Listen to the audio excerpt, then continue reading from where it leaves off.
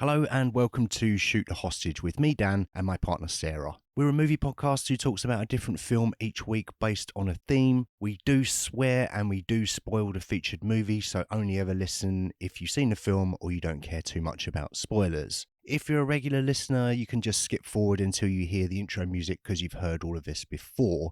But if you are new to the show and you do enjoy what you hear, there are a couple of things you can do to help support the show. Firstly, make sure that you're subscribed on your podcast player so you get notified when new shows drop on Mondays. You could rate us 5 stars on Spotify, which couldn't be easier. You just hit the star icon below the show's artwork. Or if you have a spare few minutes, we'd love it if you could submit a review wherever you listen. Make sure you come follow us at STH_pod on social media. We are active on Instagram, Threads and TikTok. And lastly, the biggest thing you can do to help is tell a friend about the show. So that's about it. That's enough preamble from me. Over to me and Sarah for this week's episode.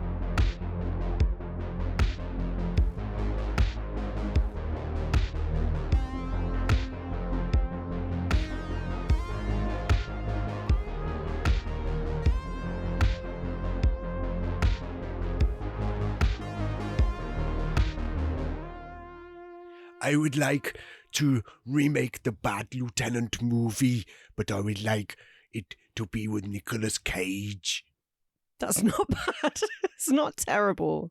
I would like him to play a detective that is addicted to pain medication. Oh, yeah. You're getting better. I would like to set it in the aftermath of Hurricane Katrina and vaguely maybe has something to do with the housing crisis of 2008. You went a bit scouse at the end there. Did I? Did I? Or maybe Welsh. 2008. I think I will spend this entire No, review God, no. as Werner Herzog. Please don't do that. Please. I would like to have many reptiles in this movie. Why? I don't know. Can we have Dan back in the room, please? I'm back. Okay. After being briefly possessed by Werner Herzog. I had Werner Herzog inside me for too long. Longer than he's ever been inside me. Bad Lieutenant. We're still firmly in our Nicolas Cage season. Mm-hmm. We're on episode 6 of 8 now, after having covered The Wicker Man last week. You're welcome, by the way. That was way more fun than it should have been. The movie was fun, and we had a fun time recording. Yeah. We watched The Bad Lieutenant just a couple of short nights ago, and it was a first-time watch for you, wasn't it? This full title, The Bad Lieutenant, Port of Call, New Orleans. Too long. That was my first note. The title's way too long. I know, and it's always annoying when you've got to write them in the episode names as well. I won't be doing that. Well, I've got to do it when I post the podcast. I know why the title is as long as it is. Oh, go on. So, I know you sort of said, as Werner Herzog, you said that you wanted to remake Bad Lieutenant. Yes. But that's not true. Okay. Werner Herzog never wanted to remake Bad Lieutenant. No, I didn't. He claims he's never even seen the original. And, well, he claimed he hadn't. I don't know whether he's rectified that. But basically, he wanted to do something along the lines of sort of what we get. Producers stepped in, said, how about we call this Bad Lieutenant? Right. And sell it as a remake. Werner Herzog was like, no, I don't want to do that. I've never seen it. And the producers were like, oh, go on though. We're putting up a lot of money for this. And Werner Herzog was like, but I want to call it Port of Call, New Orleans. Right. And the producers were like, no, we have to call it Bad Lieutenant. So Werner Herzog was like, fuck it, both. So it was a money decision, isn't it always? Yeah. Well, we did say that we were going to try and watch the Abel Ferrara. Ferrara? I'm never sure. Not Ferrari. Not Ferrero or show. No. No. We were going to try and watch it, but we didn't get time. So, but it's not. This is not a remake of that. So I'm kind of glad that we didn't, to be honest, because this is not a remake of that. If they just decided to just clip that title one after it had been written and released before it's been released, and it's not a remake. They just wanted to slap that title on it to make money. So fuck you, studio. It does have similarities. Yeah, there's a bad lieutenant. There's a policeman that's not very good. Yeah, in a very literal sense, there is a bad lieutenant. Does a big drugs on everyone. Tonally, the films could not be more different. The Harvey Keitel one is really fucking dark, really bleak. Whereas this is laugh a minute. Well, it kind of is. It's pretty hilarious. It kind of is. Yeah. I don't know what it is about this season and you making me watch Nicolas Cage films that may or may not be intentionally funny. We've had that a few times now. I have seen in a number of places this is actually referred to as a comedy. I believe that was all very much intentional. Unlike The Wicker Man, where it's still undetermined. They say that it was intentional, but the jury's out. But yeah, my bullshit-ometer is going off. I think you're right. Like we watched it on Prime, I think, and on there it says drama comedy. Yeah. Or comedy thriller or something. And Nicolas Cage is not adverse to a comedy.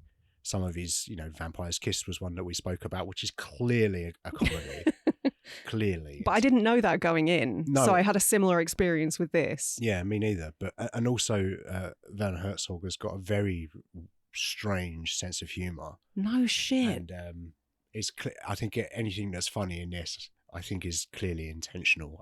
I think it's like last week it was hard when we were watching The Wicker Man. We're like, was that meant to be funny or not? And we sort of had a whole discussion about it. I think the parts in this where I laughed, I didn't have that question mark in my head. It was just like, yeah, that's Shea Wiggum. He's being hilarious in this scene, and it's completely intentional. Yeah, it sort of feels like this is the comedy that Werner Herzog wanted to see, and it kind of feels like he's the only one that's 100% in on the joke. Yeah, him and Nic Cage, and the rest of us are just kind of befuddled and laughing in confusion. Apart from Shea Wiggum, who got the memo. Oh yeah, well he definitely went to the same school of acting as Nic Cage. Yeah, he was great in this. He's not in it. He was only in it for a couple of scenes, but he properly matched. He was very memorable. Nicolas Cage's energy. I just thought, yeah, you know what movie you're in. I thought it was great. It's funny actually because I think while we were watching this, something that occurred to me is that I feel like Nicolas Cage films fall in one of two categories. I feel like there are those films where he sets the tone and everybody else follows suit, or films where he tries to set the tone and nobody else quite is able to match him or wants to. Yeah. And it leads to quite a confusing performance, which I guess may be partly to do with why he was referred to in a derogatory way for a while. Yeah, I mean, the whole meme thing on the internet. Yeah, because he always brings 100% Cage and not everybody else is necessarily up to the task or wants to be. Yeah. But I feel like this kind of sits in that latter category where Nicolas Cage kind of tries to set the tone, but not everybody got the memo. I think Shea Wiggum was one of the few, I will say that. Yeah. Val Kilmer was in this, but that could have been anyone. It was a random Val Kilmer appearance, wasn't it? Like I have seen this movie before, probably not long after it came out, so like a while ago now, and I remembered almost nothing. Some of the reptile stuff I remember. But yeah, Val Kilmer was in it, and was really excited to see him. I think this is the first Val Kilmer movie that we're covering on the pod. Yeah, it might be. Will not be our last. Under Dr. Moreau. Oh, I'm going to make you do one day. I'm going to make you do Willow one of these days. You are great. Yeah, childhood crush on Val Kilmer. That was great. Really? Yeah, in Willow. Okay. His name is it's like Mad Mardigan. That's it. Yeah, Martigan or something like that. I was going to say bagpipes, but that would have been way off. Yeah. So, but unexpected Val Kilmer in this movie. We've already mentioned Shea Wiggum. You've got Jennifer Coolidge, which was super random. Yeah, super random. Eva Mendes. Yep. Denzel Whitaker, who is the grandson of the lady in the nursing home. Okay, I didn't recognise him. He's been in a bunch of stuff. He's got one of those faces. I think he was also in Training Day with Eva Mendes, which I know you're a big fan of. Was Eva Mendes in Training Day? God, it's been a while since I've seen it. Okay, yeah. The internet told me she was. Well, you're right then. I'm not as well versed in that film as you are, so she was also in Ghost Rider with Nic Cage. Right. This is not even the first time, I guess it was. When did Ghost Rider come out? 2009. I think it was the same year as this. Really? I think so. So they spent a lot of time together in 2009. Yeah, I guess they did. Yeah. How random. Who else? We've got the kid from The Faculty. Oh, Sean Hatosi, yeah. Yeah, he's in a couple of scenes. Who again could have been anyone. Yeah. Brad Dourif. Brad Dourif, of course. Yeah. Not in it enough. As a bookie, as a weird bookie. Yeah. Bookie. Fairuza Balk, who's in a total of 2 scenes. Yeah. Yeah. Some alligators. Exhibit. X gone give it to you. No, you're thinking of DMX. Oh, really? Yeah, right. Why did I think that was Exhibit? X gonna give it to you. What does he do then? His one goes X. I don't know if I know that. I don't know. Not based on that anyway. Am I right in thinking he presents Pimp My Ride on MTV? Know. Sure. Or is that also DMX? I've never seen Pimp My Ride. I couldn't tell you. Okay. I sound more white than ever right now, don't I? If we ever thought that was possible, yeah. I can always sound wiser. Can you? I'm such a fucking nerd. Yeah, so kind of a stacked cast. And Sean Hatosi. Yeah. Really stacked cast. And it's like, I don't know, it's a lot of people that maybe are not like your A-listers. They're not, these people are never, apart from, Cage aside, they're never number one on the call sheet. There's a lot of character actors, but there's a lot of talent and there's a lot of decent actors in there. Like Brad Dourif is probably the best example of that, like always popping up in movies. He was that doll in those 12 movies where he played the killer doll.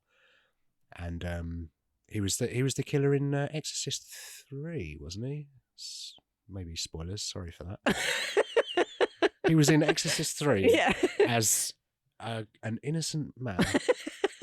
Come on, that movie's been out fucking ages. Like, if you haven't seen it, that's on you. I'm not going to feel bad about it. It's an excellent movie. Yeah, it's very good, actually. Unexpectedly good. Yeah. But yeah, just a bunch of like people that I didn't expect to see. Coolidge was, I mean, I love seeing Coolidge and stuff. I wish she was more Coolidge in this. Yeah, she was definitely sort of simmering at like about a 9% Coolidge. Yeah. But I think Coolidge is potentially a good casting in this. If we'd have seen more of her, it could have been more interesting. Yeah. But like the way that she delivers things, she's just an odd person, isn't she? Yeah. She's like quite dry the way she delivers, but absurd the way the things that she's saying. And very self-aware. Yeah. So like it could have fit really well in this, but her character ended up being just quite subdued. Yeah. Yeah. She was good though. Yeah. Everyone was kind of good. It was just, I think what was weird to me was seeing people like Fairuza Balk and Brad Dourif who, yeah, they're not big names, but they're big names considering the number of scenes that they had. Which I guess maybe speaks to Werner Herzog's reputation, the fact that they just maybe wanted to work with him. Yeah, I imagine that's probably the case. There's probably a little bit of column Cage, a little bit of column Herzog, I would say, for the people that wanted to be in this. I know that Herzog.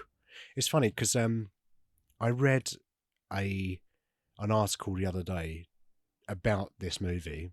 I just skimmed it. I didn't go into detail, but the gist of it was that Herzog was on Cage's radar for a long time, and Cage was on Herzog's radar for a long time. And then this project came aboard, and they sort of said, "Oh, I guess we're going to work together then." And Cage was like, "Well, I'm not going to sign my contract unless you're doing it."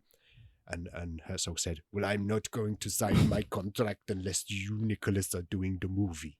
Well, they're both big fans of Nosferatu. Right. And obviously Herzog made that Nosferatu movie in 1979. He did. Shadow of the Vampire. No. No? No. Oh, okay. I beg your pardon. It was just a Nosferatu remake. Oh, am I thinking of the 2001 or 2000 Willem Dafoe thing? There was the Shadow of the Vampire, yeah. Okay. which incidentally Nicolas Cage's production company was behind. Oh, okay. So there are multiple connections there. Yeah. So I wonder how much of their downtime was dominated by talking about Nosferatu. Probably quite a lot. Quite a lot of horror discussions. I would love to have been a fly on the wall. Yeah. Yeah, definitely. But yeah, from what I've heard and from what I've read, Nicolas Cage definitely sort of really wanted to work with Herzog, really respected the way that he works, because apparently he's really well known for not wasting time effectively, just kind of shooting exactly what he wants in the film and not doing a bunch of B-roll and backup stuff like a lot of directors do. He knows what he wants and that's what he shoots. And Nicolas Cage is just like, fuck yeah. So I think they were definitely on the same page creatively as well. I get the impression as well, I don't imagine Herzog would have been giving Cage a lot of notes. It probably was like, look, I'm just going to follow you around. You do what you're going to do. Well, yeah, the screenwriter was mortified because Nicolas Cage started doing a lot of ad-libbing. Yeah. So I think that bruised the screenwriter's ego a little bit, perhaps, like, my words. I don't know. Yeah, I've heard that's a problem with screenwriters sometimes. That's why they're not allowed on set. I can imagine. But Werner Herzog was just all about the ad-libs. He was like giddy, apparently. And then when the screenwriter saw what Nicolas Cage was doing, he was like, yeah, all right. Okay. I'll allow it. It's I haven't seen a lot of Herzog's work, you know. No. I may have seen, and probably we discussed this, I think maybe in our review of the new Nosferatu movie over on our Patreon. I may have seen the Werner Herzog Nosferatu, even though I got the title wrong earlier, but I may have seen the other one. Okay. I'm not sure. I've seen one of them a bit. There's a train in it and someone's got long fingers. That's all I can tell you. But I haven't seen a lot of his output. I may have seen that. And we watched relatively recently the Grizzly Man documentary. Yeah. He's done a few documentaries, hasn't he? He has, yeah. Grizzly Man was one that had been on my radar for a long time because I think it won awards when it came out. It was really, whenever you sort of see like top 10 documentaries of all time, it always like makes everybody's listicles. Yeah, it's like that and Free Solo. Yeah. Which is also excellent. So it had been on my radar for a while and it was really good. Yeah. I think partly because Herzog has an eye for a good story and partly because Timothy Treadwell was insane and made for a really interesting subject. Yeah, it's fascinating. It was just a fascinating human study. Yeah. And I do need to see... You could say he was really laid bare. I'm so sorry. That's very good. I need to see more of his documentary stuff. Actually, I need to just consume way more of his Herzog stuff in general. I know he's a big old writer of words on book. Well, I think he's kind of considered a bit of an auteur. Yeah, exactly. I feel like I do have a bit of a Herzog hole that needs to be filled. I hope he doesn't listen to this. Me too. I will fill your hole. Yeah, and you look through his filmography though, and it's random because for every Grizzly Man or Nosferatu you have, occasionally they'll pop in a Jack Reacher. Yeah, it's like what? The Tom Cruise one? It's unusual. You don't expect that. And I remember watching that and thinking, yeah, it was all right. Like, I didn't mind it. The sequel was pretty terrible, but it was okay.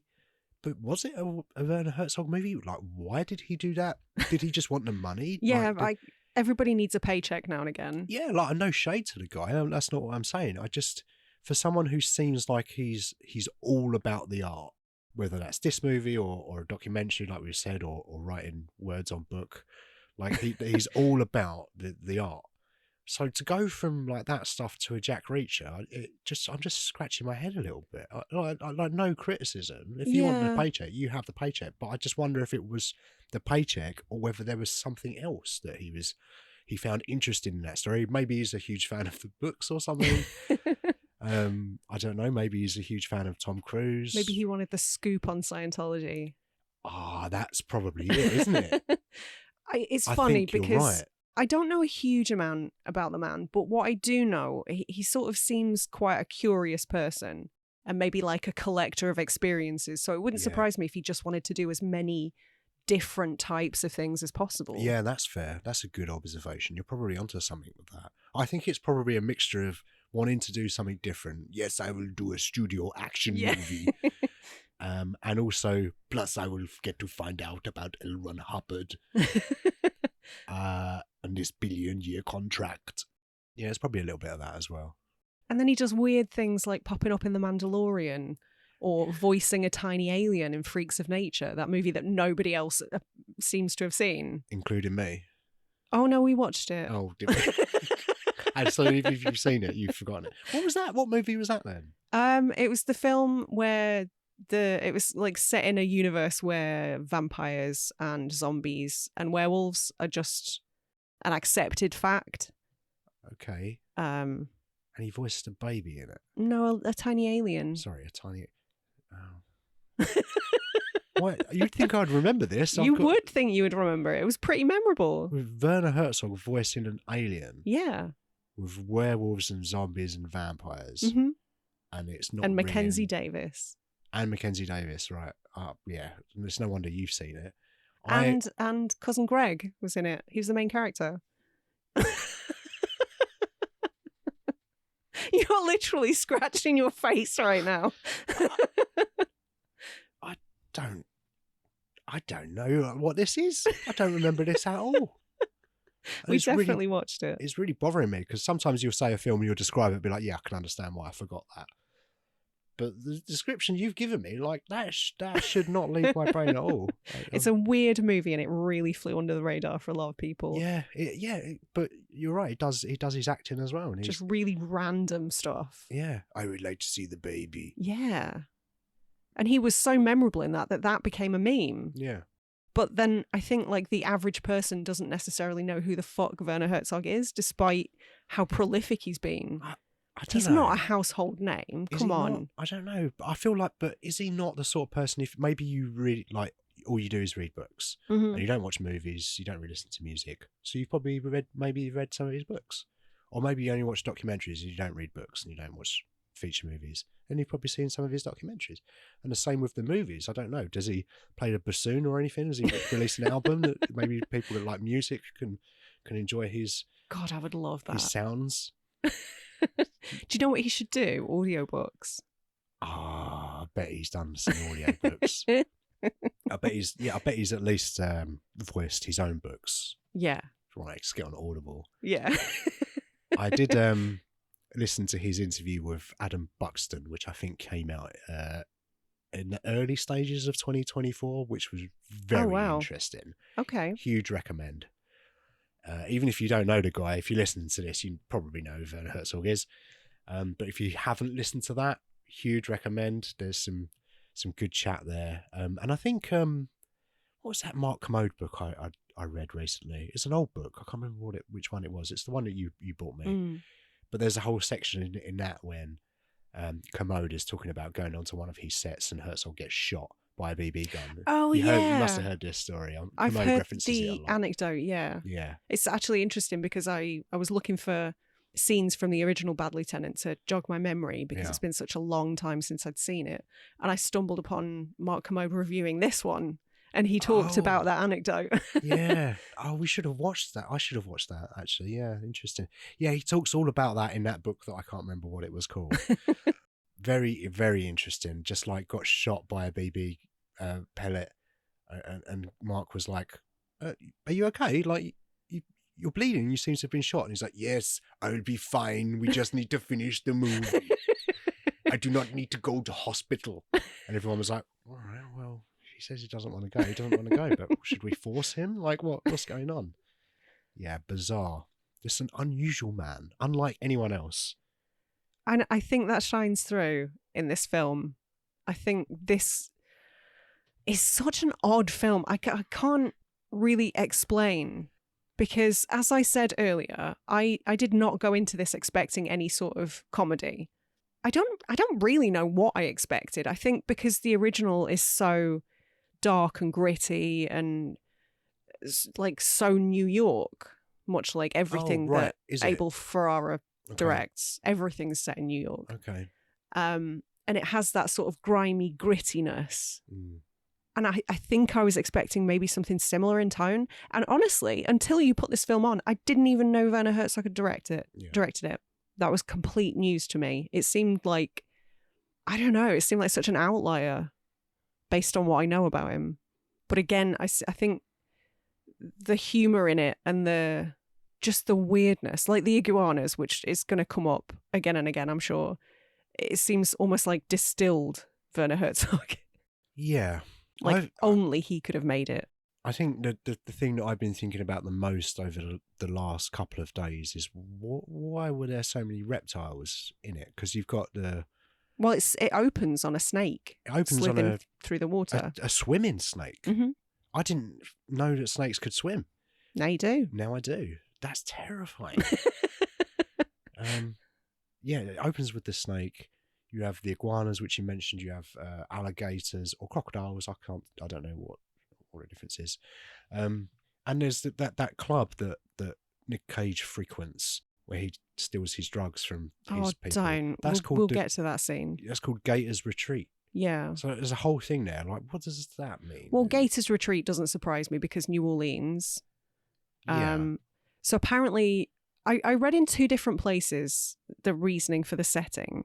I initially read that Werner Herzog wanted to set it in New Orleans to completely sort of distance it from its namesake, because that is such a New York film. And I read in a different place that Nicolas Cage requested the location change because obviously Hurricane Katrina hadn't long happened and he wanted to sort of go there and do something good for New Orleans. Yeah. I guess by making the film there, they were sort of pumping money into the local economy. Yeah, I guess so. Maybe creating a few jobs along the way as well, albeit temporary. In that article that I sort of skim read as well, I think I read that they wanted to do it there for tax incentives. Oh, right. So who knows? That. There's so many stories floating around. It's probably a mixture of all of them. Yeah. They're like, oh, you want to do it in New Orleans? What, we can get money back from the government? Yeah, we'll do that then. But it's for the artistic reasons. Yeah. And the altruistic ones. Yes. Yeah, patting ourselves on the back, Mr. Studio. Yeah. Yeah, I do think it's an interesting setting though. Like when the film starts, like you say, you've got the snake swimming through the water, and it says, just after Hurricane Katrina. It's a very much puts you in the kind of the context of the film immediately. Like it's just after this devastation. How are people feeling? What's going on in this place? What are people taking advantage of this situation?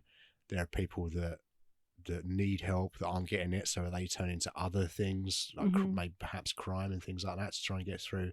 It definitely is a bit of a shorthand to clue you into the sort of environment that we're in. Yeah, the unrest.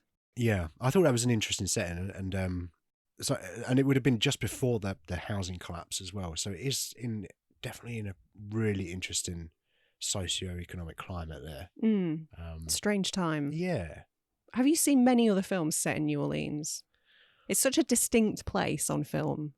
I have seen Hard Target, obviously. Oh yeah. That was probably the only one that I've seen. Why is that the first one that comes to mind? Eve's Bayou. We watched that, didn't we? Was that New Orleans? Sure. It was a deep south. My gut's saying that it's New Orleans. Okay. So yeah, I think maybe Skeleton Key was New Orleans. Mississippi Grind. Hatchet. I love the Hatchet movies. I don't think I've seen them. Yeah, you've seen a couple. I know, I'm joking. I remember those. Adam Green. Sounds like a good dude. Thomas Middleditch is in one, isn't he? No. Oh, all right. I don't remember then, obviously. Yeah, I don't remember. I can't think of any others though that are set in New Orleans. And I think a Candyman sequel, maybe.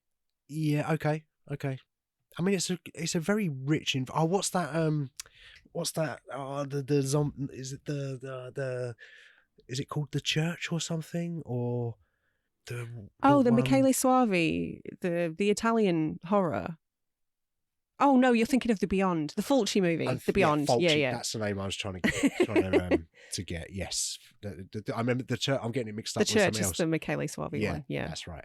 But yeah, the Fulci one. That's a New Orleans job, isn't it? it is. Yeah. I remember that quite clearly. So but it is such a distinct place, and it seems like you say really rich in culture and history. And I've always wanted to go.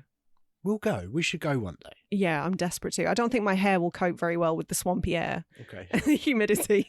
We'll get you a little hat or something. It's fine. Yeah, or I'll shave my head. Yeah, whatever. Shave your head, yeah. It's easier. But yeah, I'd love to go. It doesn't necessarily always film New Orleans at its best in this movie. No. I think this is maybe a seedier side of it than we've previously seen. But that's the kind of the whole thing, though, isn't it? Because we're following Nicolas Cage's character throughout the whole thing, and he's not exactly an altruistic guy. Not exactly, no. I find that really interesting, actually, because obviously in the original, Harvey Keitel was just a shithead. Right. Just a really bad guy. And I enjoy that movie because it's so crazy and frenetic, and it's a hell of a powerhouse performance by Keitel. And I enjoy films that are kind of almost like a descent into madness. Yeah. I really enjoy that. Whereas this is a bit of a different beast in that, I don't know, it's strange because at the beginning, the synopsis that I read before we watched this kind of described him as quite a stand-up guy, and like he was doing this heroic thing on the job that got him injured. But he was a real bad dude already. Like him and Val Kilmer were sort of taking bets on things and saying, oh, I'll leave that guy that's drowning in the cells, whatever. And he sort of jumped in to save him as a bit of a, guess I better do this then. Like he didn't seem like a good cop to start with. I mean, that is definitely the interesting part. One of the many interesting parts of this movie. I quite like this film. Spoilers. I thought it was quite good actually, and probably liked it more than I thought. My memory of it. A lot of people love it. It's. I think it's a very, very good movie. It's pretty well reviewed. Perhaps a little bit underrated, I might say. But when the film starts, you're quite right. It opens in a holding cell in a police station with Val Kilmer and Nicolas Cage making jokes, like you say, about when the water's going to get high enough for the prisoner to die. They're making jokes. It's a bit of banter or whatever. And then he jumps in to save the prisoner. I didn't necessarily, like, when it first started, I thought, he's a piece of shit. But then when he jumped in the water, I didn't necessarily feel like it was, begrudgingly, I'm going to do this. I kind of felt like he was always going to do that. But also, you do have a bit of a laugh with your mates at work sort of thing. So I don't know. No, but the laugh that I have with my mates at work isn't in front of people that I'm leading to believe are going to drown to death. But you're not a policeman. No. Like, if you're a policeman, yeah. No, but all I'm saying is that the impression that I got is that I thought it was never a question in his mind whether or not he was going to save him. He always was. He was maybe trying to save a bit of face. Like, it's obvious that the Val Kilmer character is very crooked as well throughout the movie. Like, we don't see too much of him, but what we do see, he's clearly, willing to go too far to do certain things. But I always felt that the Cage character really wanted to be good.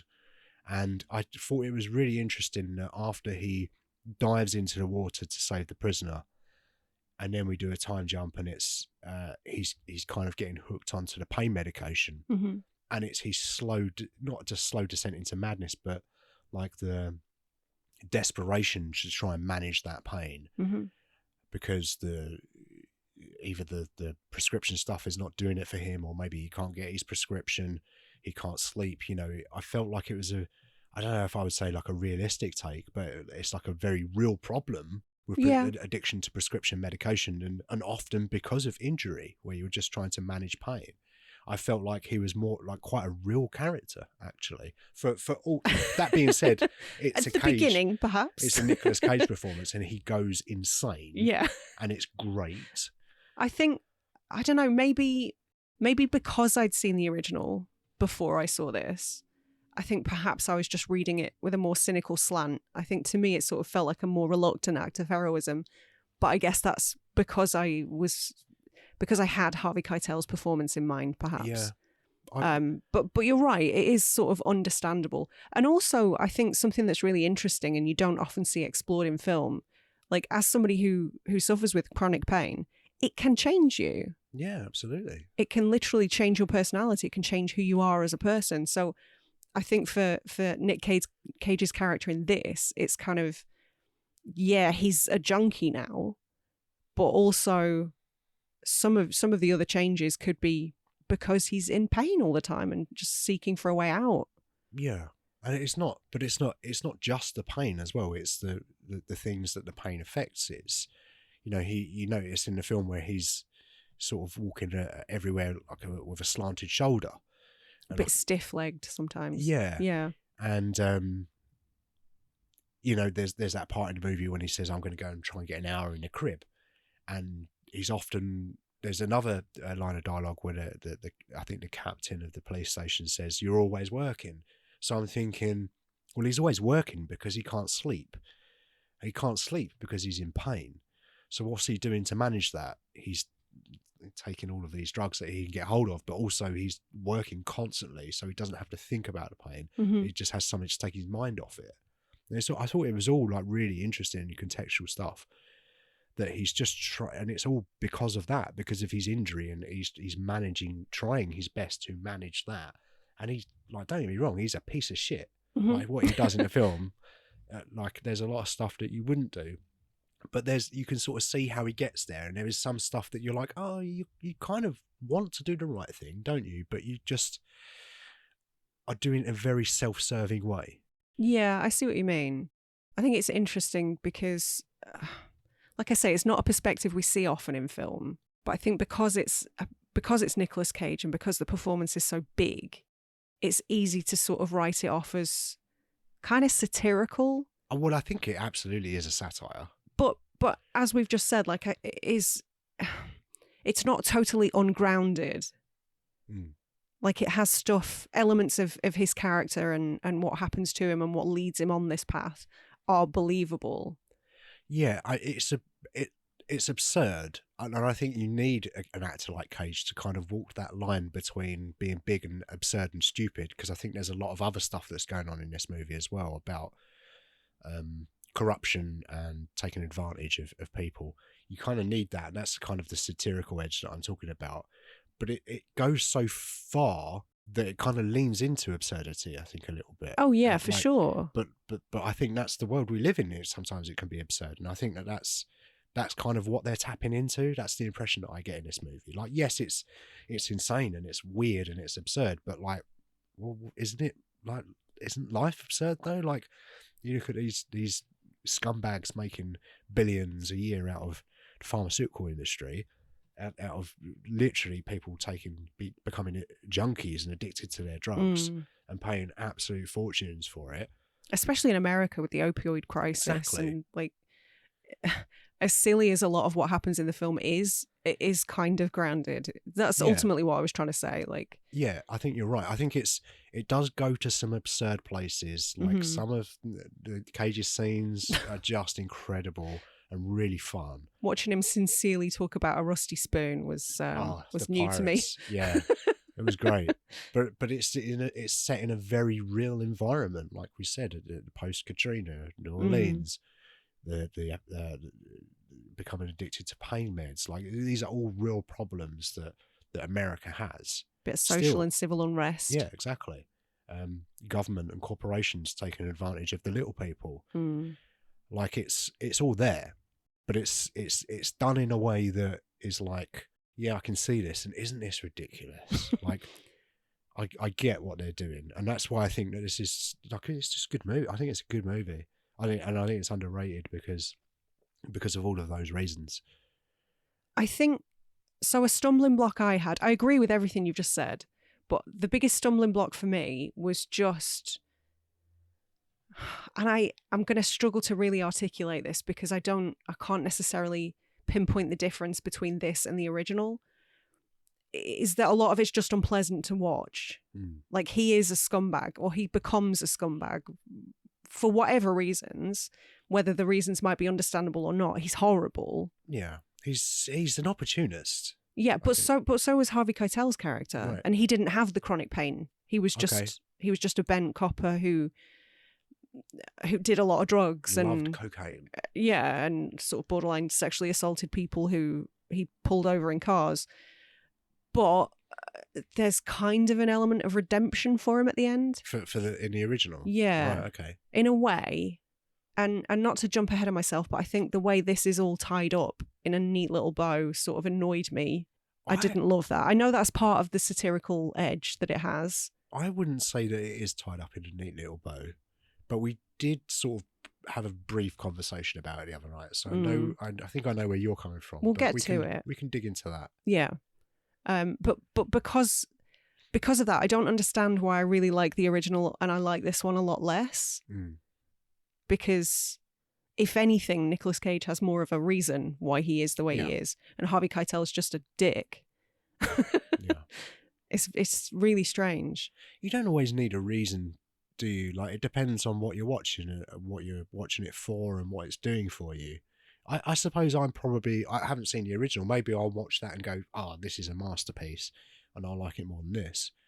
But I think whenever Cage is in something, I'm sort of always a little bit predisposed to go in, well, I'm going to laugh at something in this, whether it's intentional or not.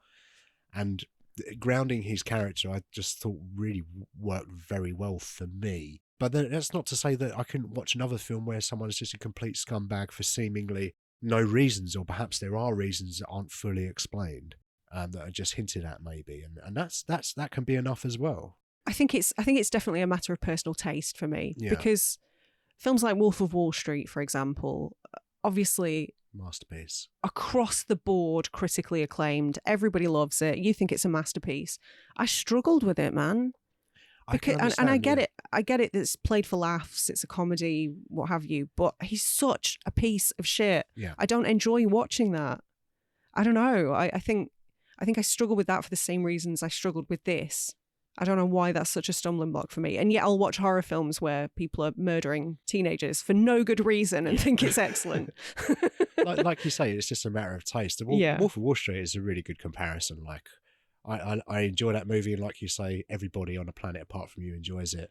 I can fully acknowledge it's a brilliantly made film. No, but the problem with the movie, it's not a problem with the movie. Let me say that now. There's not a problem with the movie. It's fantastically made. It's one of Scorsese's best. It's in his top 5 for me easily. No, my problem with the movie is Jordan Belfort. But yes, that's you're meant to have a problem with him. You're meant to be this is a piece of shit. But it's so fucking crazy and absurd, the stuff that happens in it. It's kind of entertaining while you're watching it. But the problem is that a lot of people watched it and went, I really want to be a trader. Yeah, a lot of people took the wrong message from that movie. It's the Fight Club problem. Yeah. I want to start a fight club. No, my guy, you didn't watch that movie, did you? And if you did, you didn't understand it, did you? But it's the same sort of group of films that those people always cotton onto. American Psycho. Great example, yeah. You've already said Fight Club. What's the other one? Choke. Was that Chuck Palahniuk as well? That was Sam Rockwell, wasn't it?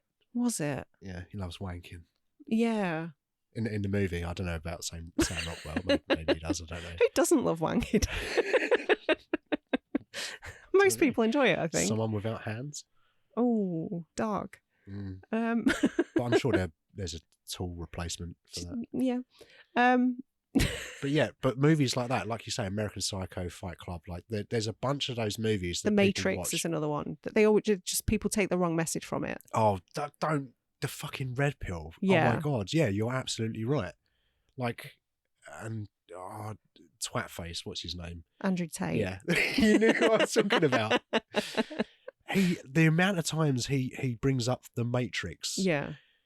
And I'm so offended by that. Because what he's referring to as the Matrix is not real for a start, but also you're taking this movie that had really good intentions and it's a fucking great movie, and you're kind of pissing on it. Made by 2 trans women. It's not, that's worth mentioning. Yeah. He and they do not have the same ideologies, I would hazard a guess. Oh, yeah, I think you're probably right, yeah.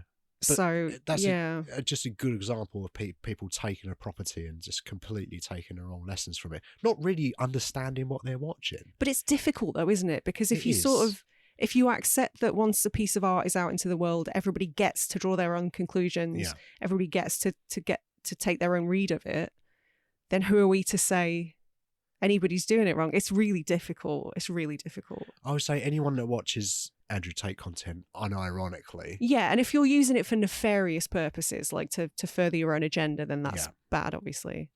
But not relevant to Port of Call, New Orleans. No, I can't imagine anyone's watching this film and going, I really want to try some heroin. Yeah, what a hero this man is. Yeah. Look at him accepting his promotion, dead behind the eyes. Yeah. Yeah, look at him trying to hide from the security cameras and just skimming some heroin off the top. Honestly, one of the notes that I made after about half an hour was just, what is the plot? Is the entire plot of this movie just him shaking people down for drugs? Yeah. Pretty much. I'm still puzzled as to what the exact plot was. There's not really a plot, is there? It's just what happens to this guy when he becomes injured and addicted to these meds, and there's a story, but not so much of a plot. Yeah, I guess so. Yeah, it's not like we've got to find the stones and snap our fingers so that Thanos can fuck off. There's none of that going on. It's just like, get me some crack, quick. Yeah. Oh no, I did heroin. Give me some cocaine. Yeah, I love that. I sniffed a bunch of drugs and I thought it was cocaine. Turned out it was heroin. So I really need some cocaine to balance me out. We've all been there. Have we? I definitely have never been there. But yeah, I think that was one issue I sort of had with the film as well, in that it sort of felt a bit meandering, and I was never 100% sure what was going on or what we were working towards. I do think it could have been perhaps a little bit tighter. That's one criticism I had. It's what, 2 hours? It's 2 hours, and for something that doesn't really have a clear plot, as you say, and is a little meandering, I feel like it could have been a bit tighter, maybe, with some of the stuff that's in there. There's a lot of tangents that Cage's character seems to go off on. Very much so. The subplot with the Eva Mendes character and her working, and you know, the interactions they have with the Shea Wiggum character. As much as I enjoyed that, I don't know, like, I suppose that led to other altercations in the movie, but there's probably a way to do it a bit more economically. It was just him darting around, interacting with different people. Yeah, frenetically. Like, yeah. But I get that's part of it. Is I'm staying up all night and I'm wigging out and I can't sleep because I'm in so much pain, and I'm on heroin, and now I'm on coke, and now I'm doing some crack, and like he's essentially, I suppose, he's losing his mind as well throughout the movie. There's and no way... doesn't he say at one point he's only had like 3 hours sleep in 72 hours or something? But I get the impression that that's pretty normal for him. Like, you try doing the amount of cocaine that he's done and then going to sleep. Like, it's not, I couldn't tell. I don't know what but I'm sure from what you've heard. From what I've heard, it's a stimulant and you can't sleep. So like, he's got the pain that's keeping him awake. He's managing that pain with the drugs, which are also keeping him awake. Like, he's pretty fucked throughout the movie. And I can't imagine cocaine would help with pain management. I think it does. I'm no pharmacist, but I don't know. Well, that would surprise me. I think it can. I don't think you're getting that on the NHS anytime soon, put it that way. I know, I don't think so. I don't think you can get it on prescription. No. Why don't you do some cocaine about it? Yeah. Hope you feel better. Yeah. Dentists used to serve it up though, didn't they? Dentists? Yeah. Or it was actually in Coca-Cola, wasn't it? When that was... Oh, well, was that a myth or did that really happen? I think that really happened. It does sound like one of those, are they called hypocrite tales? Hypocritical. Yeah. That thing. I prefer your one. It sounds... Hypocrite. Is that when there's a story that's not true, but it sounds like it's true? Hypocritical is sort of more... I thought it was that it was true, but it was kind of considered lost for a while and passed down. I don't really know. I don't know. But I think the cocaine and coke thing is real. Okay. I think so. I might Google that, because yesterday I walked past a bunch of girls who were feeding swans and taking photos of themselves, and they were getting way too close. And in my head, I was just like, careful, one of them will have your arm off. And then I was like, is that true? And I Googled it on the way to Sainsbury's and it's bollocks. One of what will have your arm off? A swan? A swan. You thought... You never heard that old wives' tale of don't get close to them, a swan can break your arm? No. I typed into Google, I shit you not, I typed into Google, can a swan? And the first thing to pop up was break your arm. So it's not just me. You can't say it's just a northern thing. No, I haven't heard that. And also, I wouldn't have assumed that was true. How strong is a swan? They're pretty strong. Right, okay. Is that the Queen's bird? Well, not anymore. No? Or was there some legislation that took it out of the monarchy thing? No, the Queen died. Sorry, what? The Queen died? Oh no! What a shame. Did you miss all the cues? I do remember this, actually. There were queues to see her corpse, weren't there? Yeah. I queued for 3 days just to make sure it actually happened. Anyway, yeah. What was it about? Drugs. And how Swans. unpleasant this film is. Because I have to say, this doesn't happen often with your picks, but I will never, ever take shit from you ever again, because there was one scene in this that I found so hard to watch, so unpleasant, and that's kind of something that you touched on earlier when they're coming out of the Gator Lounge or whatever it is. Oh, interesting. And he tries to shake that young couple down, and it basically ends up coercing the girl into giving him a hand job and handing over their drugs. And I found that repulsive. It was disgusting. I would give me Bad Boy Bobby any day. Nothing in any of my picks has been this bad. That was so grotesque to watch. It wasn't great, but like I feel like I felt Bad Boy Bobby was way harder to watch than that scene, because like I'm thinking about how absurd it is. Like I'm not really taking it seriously, and it just sort of escalated out of nowhere. Like he followed them into the car park. Give me your drugs. You match the description of people, like, and that's something that keeps popping up. He nicks their crack. I feel like that's probably the first time he's done crack as well, and he loves it. He's like, where has this been all my life? But all right, maybe this is the difference between this and the original, because there is a very similar scene that happens in the original, kind of not quite as gross, but getting there. But because that's played straight, because it's played for what it is, it's a horrible, repulsive moment, I'm sort of okay with it. Whereas in this, it's played for laughs, which made me so uncomfortable. And I think maybe that the tone is the difference. It was horrible. It's so gross.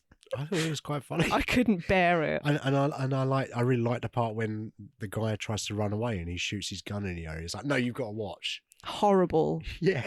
Horrible. Unpleasant, yeah. I'm going to say something that might make me unpopular in this room, if not on the podcast. I'm starting to get Nic Cage fatigue. Well, we've watched a lot of Nic Cage movies recently. Yeah. And I can understand. I'm not.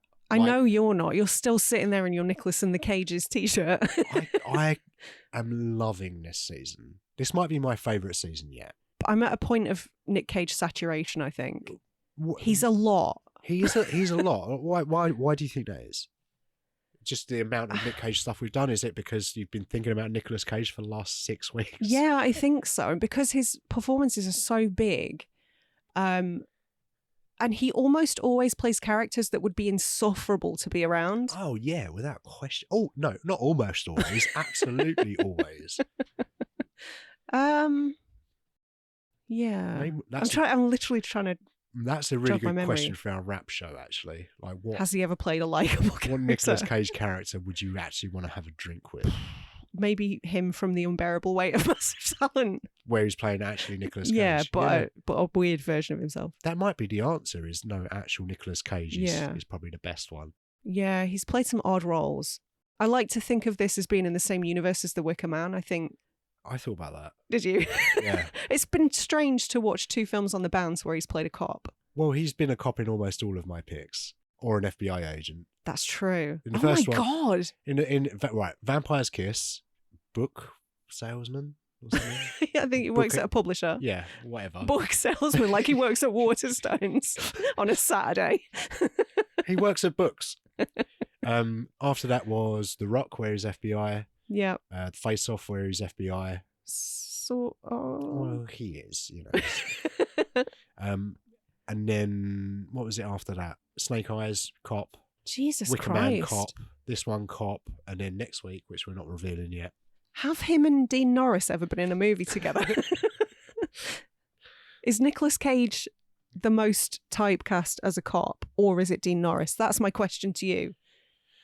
Which one's played a cop more times? I feel like Dean Norris is more typecast in that kind of general authoritative role. When I say cop, it extends to like military as well. Yeah. Well, yeah, Starship Troopers. Yeah, he has. Like, I don't think I realised that how much he's played a cop. I will say that I was very close to putting Gone in 60 Seconds on this lineup, where he does not play a cop, because Delroy Lindo plays the cop in the movie, actually, with Timothy Olyphant. So I could have mixed it up, actually, and put that on, or maybe I should have, but it's weird how in over half of the movies in this season, he has played a policeman. Yeah. It is weird. But then again, like, that's going to be my taste, isn't it? Like, if you were doing a Nic Cage season, I think it would look quite different to my Nic Cage season. You would Almost pick different certainly. movies. Like, there'd be some crossover, which we've got some coming up, which you might be interested in. In which he does not play a cop. No, he doesn't play a cop in our last two movies, does he? No. But yeah, it is interesting how many times he's played a cop. And I thought to myself as well, how many times has he held a gun in all of the movies, Nic Cage movies that I've seen? And it's almost every one. Yeah, it's crazy. Apart from Dream Scenario, where he has the Freddy glove. So this film, to me, is kind of full of maximum Cage moments. But I'd love to know if you have any particular favourites. I do. Lay them on me. I love the part when he's been followed by the gangsters, and he's doing the deal with Exhibit. He's decided that he's going to be a crooked cop for a bit, just to serve his own purpose. I get the feeling that he's like, I can kill two birds with one stone here. I can get the money I need, but also like get rid of this horrible drug dealer. But I think that scene where he gives Exhibit his lucky crack pipe, and he talks about, well, why don't you give me 25% of the dope? You'll still have 75% of it, and you can stay out of prison. But I love the start of that scene, because he does the crack and he just starts wobbling his head like that. And that's it's like my happy dance when I have food that I like. yeah, like that's the difference, isn't it? Like, you're like, oh, he's gonna have some chips. He's like, he's gonna have some crack. Yeah, that's the only difference between the two of us. I like that scene. That's probably the most memorable cagiest of Cage parts for me in this film. For me, it is. But I also love when they're just doing the iguana stuff, and he's just in the background, just looking at them and laughing. There's quite a few moments of like animal cam. Because there's that weird moment of the alligator as well, where we get alligator POV almost. I would like to put a camera on the alligator. Just to remind us that we're in New Orleans, in case we'd forgotten for a moment. By the way, whoever's job it was to put a camera on fucking alligator Steve deserves Irwin. a raise. I think it was Steve Steve Irwin. Irwin. Oh, that's how he died. Yeah. Alligator wrangler. Yeah. Yeah, I have a couple. I think one of my I would really love to know what was on the page and what Cage ad-libbed. I would love that, because there's some really odd lines. I think one of the first I wrote was the very first scene between him and Val Kilmer. And I think he calls somebody a shit turd. Yeah. And I literally made a note of that. That was noteworthy, but I'm like, how redundant is that? You're just calling somebody poop twice? Yeah. But that to me screams Cage ad-lib. Yeah. So I'd really love to know. That makes me think of a line from The Big Short where Steve Carell says, so what you're telling me, Ryan Gosling, is that these triple B bonds or whatever it was is dog shit wrapped in cat shit. I was like, yes. I think my favourite actual scene of Cage being Maximum Cage was when he's at the retirement home just shaving. He's got the electric shaver apropos of nothing. He's hiding behind the door and the door closes. It's so weirdly sinister, but hilarious at the same time. And you know, in that moment as well, he definitely was like, oh, Werner, my character has been up all night. He's unshaven. He needs to be shaving, but he doesn't have time. I think he needs to be shaving in this scene. Yeah. And Werner Herzog was like, yes, Nicholas, I love that idea. You should do that. You should do that, definitely. Props master. Get me a shaver. Bring me the shaver. Because you can't look unkempt when you straight No. up threaten to murder 2 old ladies. Yeah, and then that scene happens. Yeah, very strange. Do you know what? Like, it's weird because we were watching it and I had a good time watching it, and I've been thinking about it a little bit and thinking, yeah, I enjoyed this movie. That was fun. But the more we talk about it, I'm like, oh, he actually is way worse than I thought that he was. Yeah. He tries to kill an old lady. He takes her oxygen off, right? I've forgotten that. Yeah. Yeah, he's the worst. He squeezes the air, but I'm sorry, but it is kind of played for laughs. And it's quite funny, that scene. Yeah. But this is what I mean about a lot of it to me was quite uncomfortable. Yeah. Like, did you not notice the number of times I sort of looked over to you with a shocked expression as we were watching it? Like, literally, Yeah, I did, yeah. mouth agape. What is going on here? Yeah. Because I was just continuously shocked. I couldn't believe what I was seeing. And then there's a point in the second half of the movie where he starts doing a voice. Like, he's talking completely normally the entire film, and then all of a sudden starts doing like wise guy, she? Yeah. Like out of nowhere. It's almost like an old Hollywood noir kind of. So, and like the noir element I get, because that was one of the notes that I made about the opening music. So noir-y. And like kind of fitting with the location as well, I think. But yeah, really strange choices. Well, it's definitely something that I think Herzog was interested in doing. He definitely wanted to do some kind of noir, but also he's Werner Herzog, so he's not going to just do a standard noir. He's going to lean into the absurdity, be a bit of a satire, but still retain some elements of maybe a classic noir. I will say that this was the first ever shootout I've ever seen that was soundtracked by harmonica. Yeah, that's fair. To the best of my knowledge, anyway. Yeah, I can't think of any others. Can we talk about the ending? Yeah, of course. Because that is something that I struggled with. We brought it up earlier. I'd like to revisit it now. Okay. I thought it tied everything up a little bit too neatly. I think I get what you're saying. Like, the tone of the film doesn't necessarily allow for a bleaker ending like the original had. But I think because he's so awful, because he's a preposterous human being, I struggled to see everything come up Milhouse. Because like I don't know, you kind of seemed like you were saying the stuff with Exhibit and the crack pipe. Like, obviously there were bits that he'd pre-planned, but I don't think he had this sort of overarching master plan where everything came together. I think he definitely lucked out in the end. I think that he tried to plan as much as he could. He was obviously a very sharp, intelligent man with a wild imagination. But I think that he planned it as much as he can, but it did seem to work out a little too much in his favour. There was that scene, wasn't there, in the police station at the end where, was it Brad Dourif came in and was like, you won that bet? Yeah, because he tried to bribe a football player to throw the game in his favour. Yeah. And the footballer sat out the game because he didn't want to do that. Yeah. But it turned out that it ended up in his favour anyway. Yeah. So you got Brad Dourif, he's like, by the way, you've won 10 grand. Shea Wiggum comes in, I'm really sorry, like, all of our problems are over. The captain leans into the camera, and it's really like, it's definitely intentional because he's like, oh, well done, like, we've caught Exhibit. Yeah, like, it's really like laid on thick. It like, really is. But that's what makes me think that that's part of the design of it, though. Like, no, I don't doubt that at all. I'm just saying that didn't necessarily work for me. No, and that's fair. I think perhaps we might have discussed this briefly while we were watching it. Did you have a question of whether or not this might be a dream? Did you say, is he dreaming? Or? No, I'd kind of hoped that. Maybe that was my thought. Like, maybe he was overdosing. Because I thought something. I thought that too. Did you? I couldn't remember the ending of this film. Part of me was thinking, yeah, we're gonna, at the end of the movie, it's gonna flash back to him, and he's like, this whole third act he's imagined, and he's just in some crack den, ODing somewhere. Yeah. And I thought maybe that's how it was going to end. So I was very surprised when it ended the way that it did.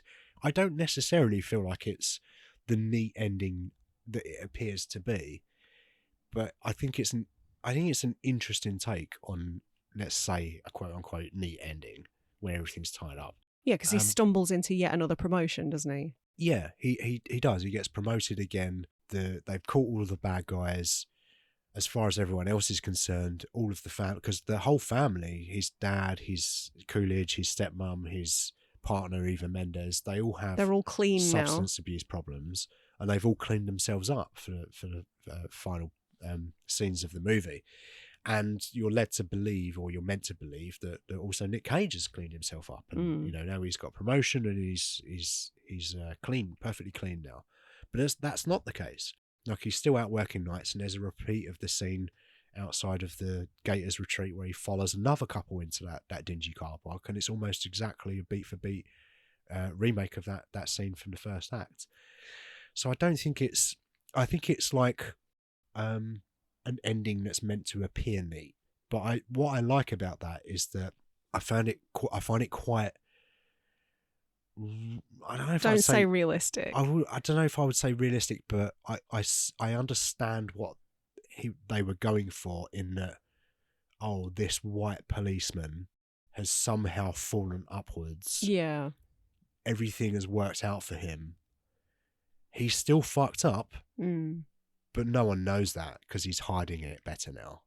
And I feel like there's something more realistic about that approach, maybe, like the illusion of cleanliness, the illusion of cleaning up your act and being the quote unquote good guy now, whereas you're still a piece of shit, but you're just better at hiding it now. You can roll a turd in glitter, but it's still a turd. It still tastes like a turd. Why would you eat it? I don't know. Glitter and turds, neither are edible. I suppose anything that you eat is technically edible. Yeah, if you can pass it through your bowels, I guess it's edible. Yeah. Yeah. Just the question of whether you should. Yeah.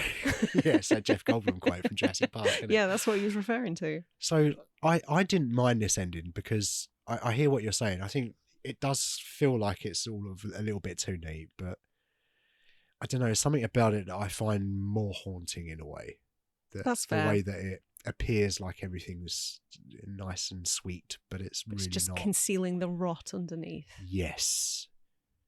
But you, without spoiling the original movie, you prefer the ending of the original? I kind of prefer everything about the original. Yeah. I don't know.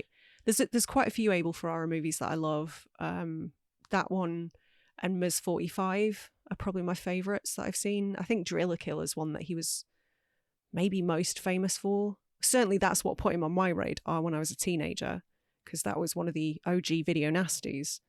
But it's not a very well made film. Whereas I think Bad Lieutenant and things like Ms. 45 are really, I don't know, he's got something about him. He's not the best director, but there is something really appealing about his films to me. And you know me, I love a really bleak ending. To me, there was more about that appealed to me, like it touched on religion, like Catholicism, that sort of stuff. There was just more about that spoke to me.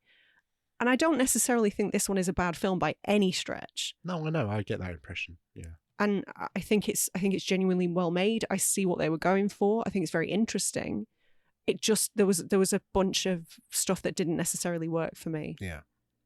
But it's interesting though, isn't it? Like, it's interesting to watch, and some of it's genuinely funny. Yeah, no, I totally agree. And I would say I was like, the first maybe 3 episodes of this season were pretty much a lock. Like Vampire's Kiss, The Rock, Face Off, they were pretty much in there. Hadn't seen Vampire's Kiss, but I really wanted to watch it. Yeah.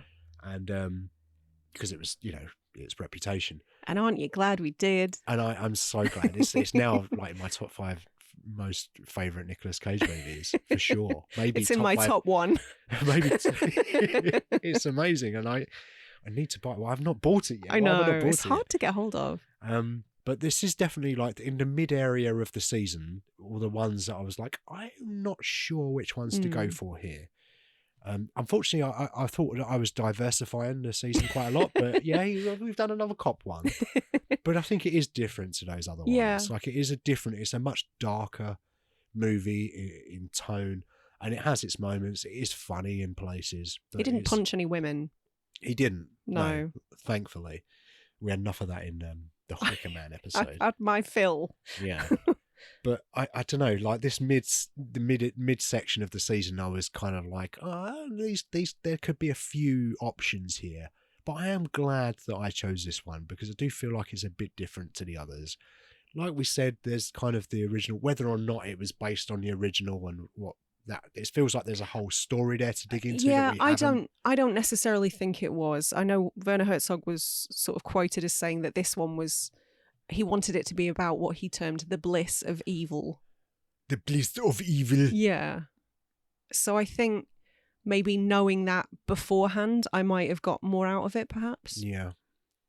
But yeah, I know Abel Ferrara was livid when he heard that his film was going to be remade. Oh, okay. Yeah, he was a real humorless bastard about it, apparently. Yeah. But he did settle his beef with Herzog in 2018. What, with the wrestling match? Or? No, they had a lovely time. They spent 3 hours together and spent most of it laughing, apparently. Now that's a documentary. I know. Like, fuck all this Rob Brydon and Steve Coogan shit where we're following them around. I want to see Abel Ferrara and Werner Herzog on a road trip. Same. Let's make that happen. Yeah. So, with that done, what film are we covering next week, Dan? Well, next week will be the penultimate. Sadly, we are in a tail end of my Nicolas Cage season. I'm not sad about it. I'll be so sad when it's done. But it's the penultimate episode of this season next week. And we're jumping ahead again by nearly a decade. We're chronological order, you understand. We're doing Mandy, which I believe is 2018. Was this at my request? I did push hard for this one. Well, it was this one, and there was another one that I think you were kind of hopeful that we would cover. But yeah, I think perhaps we would get that one, and maybe we'll talk about it in the Mandy show. We'll get that one into another theme. Yeah, for sure. But for sure, there was an element of, okay, I've made you watch The Rock and Face Off and Vampires. I'll throw you a bone. I'll throw you a bone.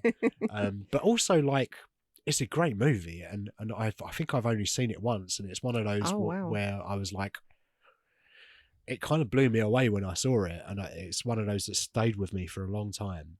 And I'm really interested to revisit it and see if I have a same or different experience. Like, it's a very weird movie. Sure is, yeah. But we'll dig into Mandy next week. I can't wait.